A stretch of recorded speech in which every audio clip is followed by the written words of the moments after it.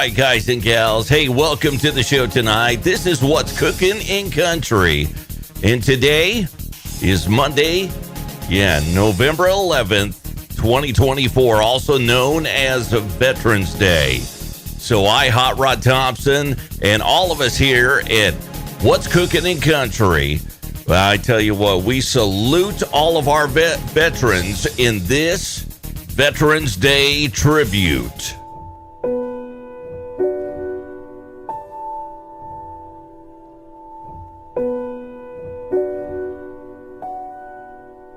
Raise your right hand and repeat after me.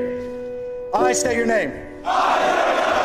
Do solemnly swear. To support and defend. The Constitution of the United States. Against all enemies. Foreign and domestic. And to bear true faith. And allegiance to the same. That I will obey. The orders of. The President of the United States. And the orders of. Those officers appointed over me according to regulations and the Uniform Code of Military Justice. So help me God.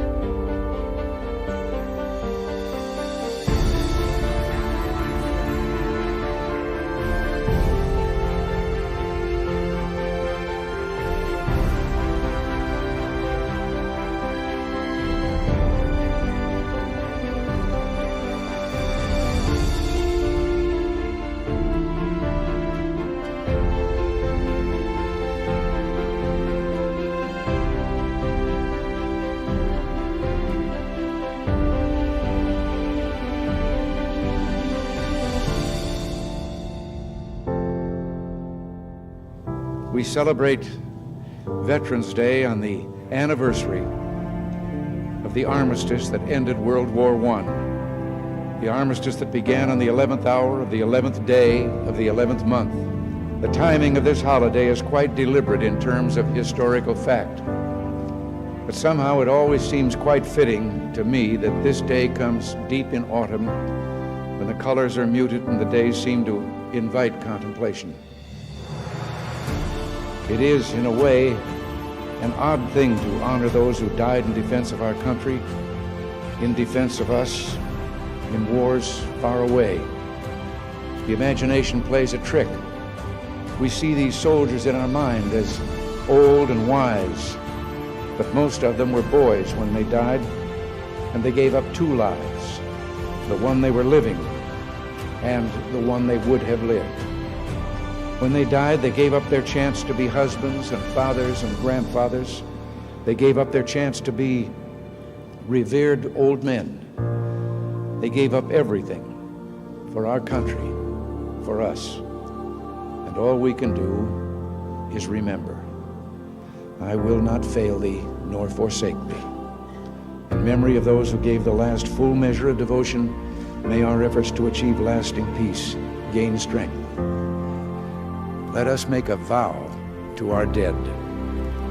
Let us show them by our actions that we understand what they died for. Strengthened by their courage, heartened by their value, and borne by their memory, let us continue to stand for the ideals for which they lived and died.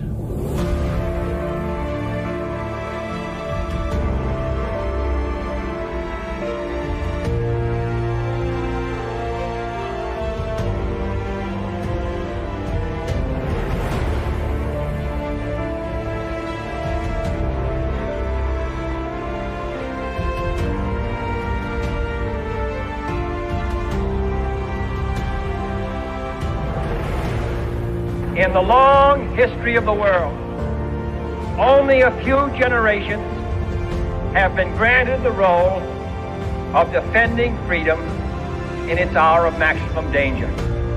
I do not shrink from this responsibility. I welcome it. I do not believe that any of us would exchange places with any other people or any other generation. The energy, the faith, the devotion which we bring to this endeavor will light our country and all who serve it. We shall pay any price, bear any burden, meet any hardship, support any friend, oppose any foe to assure the survival and the success of liberty.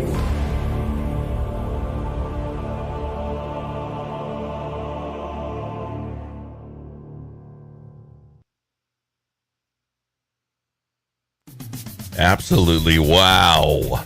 Wow. Now, let me just say on this Veterans Day, if not for your services and sacrifices, we as Americans could not enjoy the freedoms that we enjoy today. So we thank you for we thank you and your families and loved ones for everything that you have done to help us keep free. So God bless you all.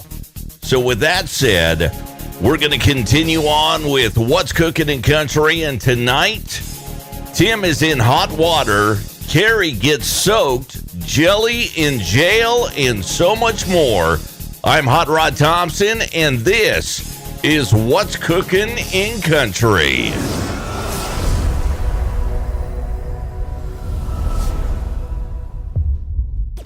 All right, kind of an interesting situation that was going on here with Mr. Tim McGraw. Woo!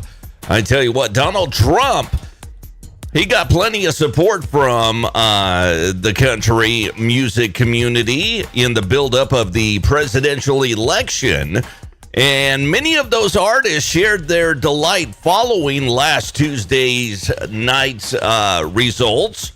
And Tim McGraw, well, he himself actually never endorsed a candidate either way, okay? However, his daughter Gracie McGraw, well, she made her political preference quite clear after Donald Trump's win, posting to her Instagram stories. And this is what she had to say. Are you ready? Yeah, this is actually her writing right here. She says, quote, "Overwhelming feelings of disappointment, true deep anger and anxiety, despair, and sadness," McGraw wrote on her Instagram stories. She said a bad word right there, you know. Anyone who allowed this to happen. Y'all voted for this person with an abhorrent rhetoric that and disposition. She went on to say that the blatant disregard some of y'all have for your friends and family is absolutely disgusting. A complete and utter disgrace. Democracy is dead. That's what she had to say as far as the election results went on. And I'm going to tell you right now, unfortunately for Tim McGraw, who's the father of Gracie, well, I tell you what, he hasn't posted on X, formerly known as Twitter, since May.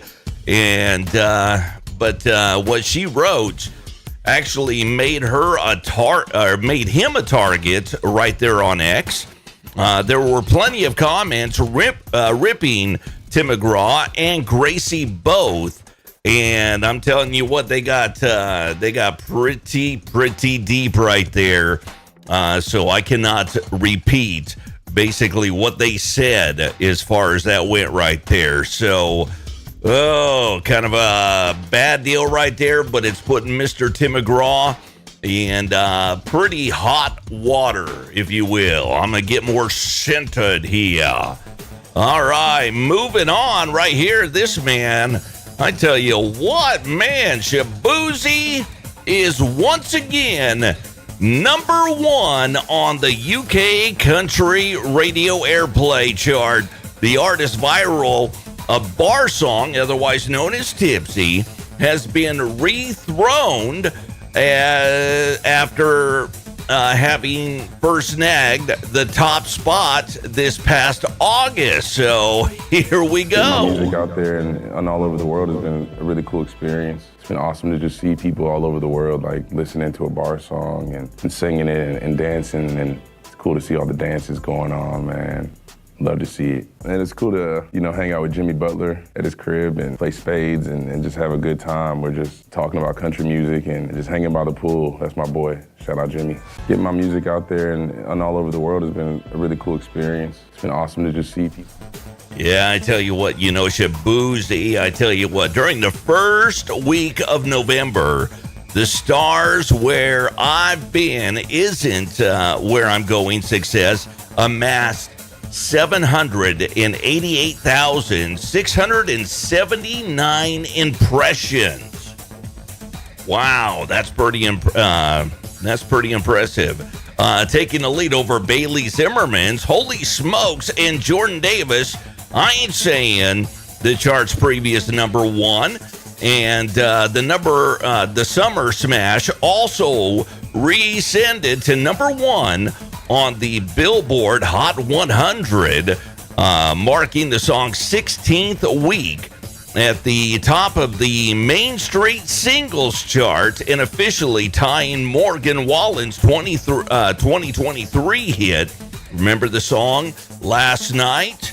Yeah, I tell you what, for the longest ruling number 1 singles of the 2020s. All right, I can see that we've got people chiming in on the chat. Well, how about this guy, Mr. Jelly Roll, going back to jail? What? I mean, what is that all about? Well, let me tell you right now. He's not afraid of going back to jail. I'm just saying, okay? The country music star does it to motivate inmates, which I respect him so much for that. Now, last Thursday, he actually visited the Pendleton Correctional Facility and the Pendleton Juvenile Correctional Facility.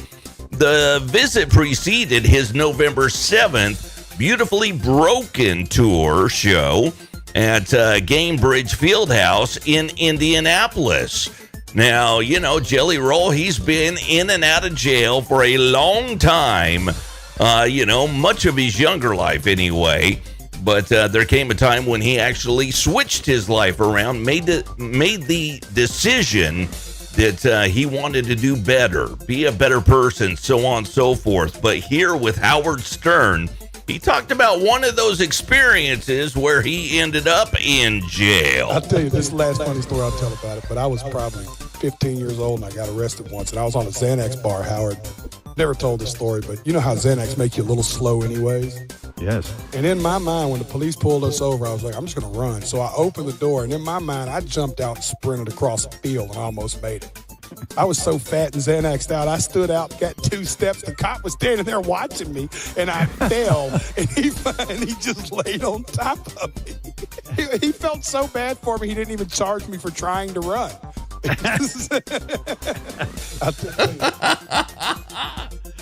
And I tell you what, Jelly Roll, the 39-year-old Nashville native, he's been pretty candid and humble about beginnings preceding his stardom, okay?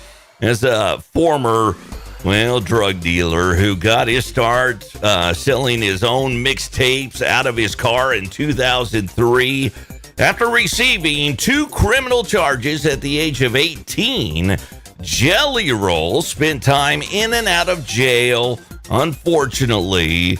Yeah, and I tell you what, with drug-related offenses through 2016. He entered the country music scene with the release of his debut country single, Son of a Sinner, which dominated the Billboard charts in January 2023. And we are so grateful to Jelly Roll for, his incredible voice and deciding to be a better person changing his life and trying to help others in the same process. That's what I'm talking about. Well, Miss Carrie Underwood, she got caught in the rain when she took the stage at a festival over the weekend in Miami. Oh my goodness. But the powerhouse, well, I'm telling you right now, powerhouse singer-songwriter said it was an absolute blast. So we're going to show you some pictures here, okay? She shared a few photos from the Country Bay Festival on her Instagram on Sunday. And I tell you what, the festival took place at Miami Marine Stadium and also included performances by Zach Brown Band, Dustin Lynch, Chase Rice, Gabby Barrett, Parmalee, Chris Jansen, Chase Beckham, and many other artists in the star-studded lineup. That's what I'm talking about right there. And it looks like it was a lot of fun, but I'm going to tell you right now, yeah, she got pretty darn wet in that one. Let me go all the way back to the front right there. Look at this. Oh, my goodness, look at that rain coming down. It was craziness. For sure. Oh, we got a few more stories here that we're going to go ahead and line out for you. I tell you what, Brooks and Dunn, I tell you, the 90s were a wild time for country music. That's when I actually started my career. And from the hilarious hairdos, which I had hair back then, to the sequined outfits, to songs like Achy Breaky Heart. And did I mention that the hair was kind of flamboyant? Yeah, I'm just saying. Still, the decade produced some of the most iconic artists in the genre. And there's no denying Brooks and Dunn belong in that category. However, their thoughts on the era may be a little bit more different than what you might expect. There was so much nonsense going on in the 90s, and by that, I think stage antics and whatever. I just remember even with Garth swinging from the rafters and whatever, and I won't even get started on all the crazy crap that we did. You know, Rednecks with Money is a real dangerous undertaking. And we had a lot of fun with it, but it's really makes me feel good now for people to be talking about our music, because from the ugly shirts that we wore to the crazy, from, you know, confetti to just swinging from the rafters, literally, the fact that nobody seems to be talking about that.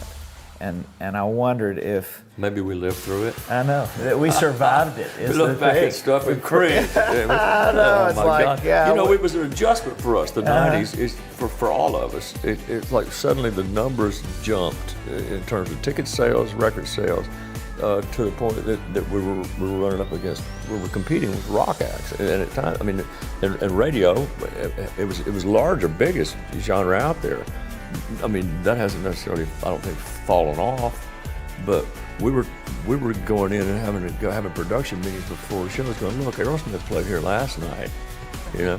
Well, we got a lot of tickets sold too coming in, so I mean, we need to go chase with lights and production what these guys are doing.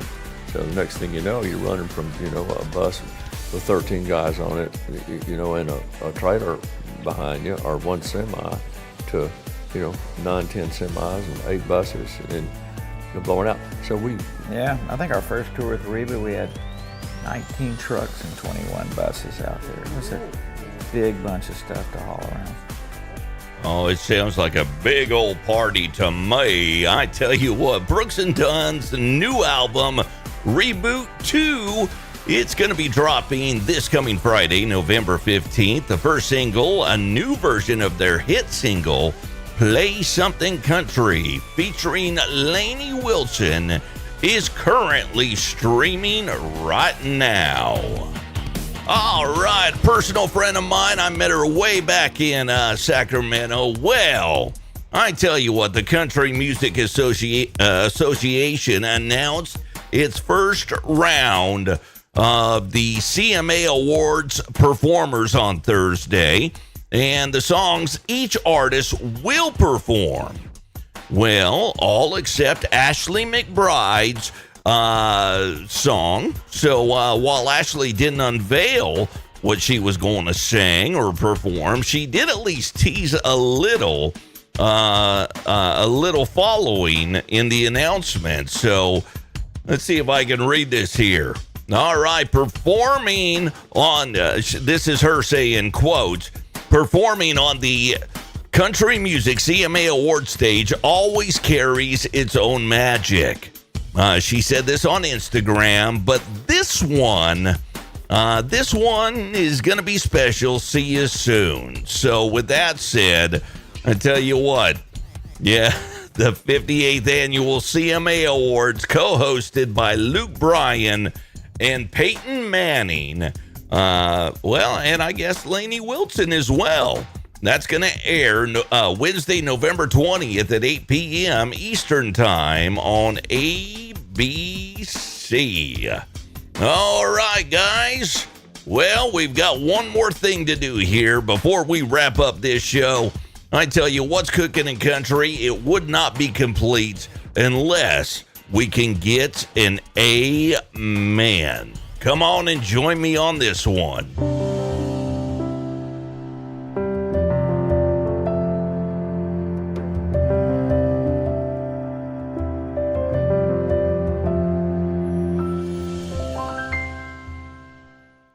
And I'm telling you, I love this story. This is so beautiful. 4-year-old girl whose doctor said she would never walk has defied expectations to take her first steps. Yeah, when she was a baby, Scotty Mae Blair was diagnosed with Angelman syndrome, which is a rare genetic condition that causes severe physical and learning disabilities. Now, her parents were told to expect that their daughter would not be able to walk, talk, read, or live ever independently. Kind of brings a tear to my eye. However, a year later, they received a call from the doctors reporting that Scotty Mae had been misdiagnosed. Now, then 2 years old, she actually had DUP15Q syndrome, whatever that means, but it's a similar but less severe disorder. This meant that Scotty Mae was now more than likely to reach these milestones, but medical professionals didn't expect her to hit them so early. The family took a little video here just the other day showing what Scotty Mae did for the first time. She took her first steps. Check this out. I'm starting it. Daddy! Scotty! I'm recording right now.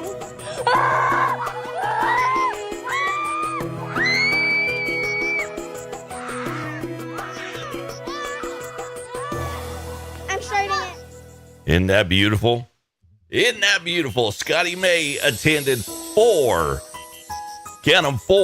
different types of therapy every week for the past 3 years. The seizures are now no longer as frequent and are controlled by medication.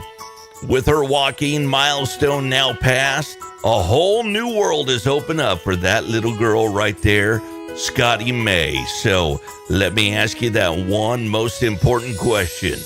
Can I get an amen?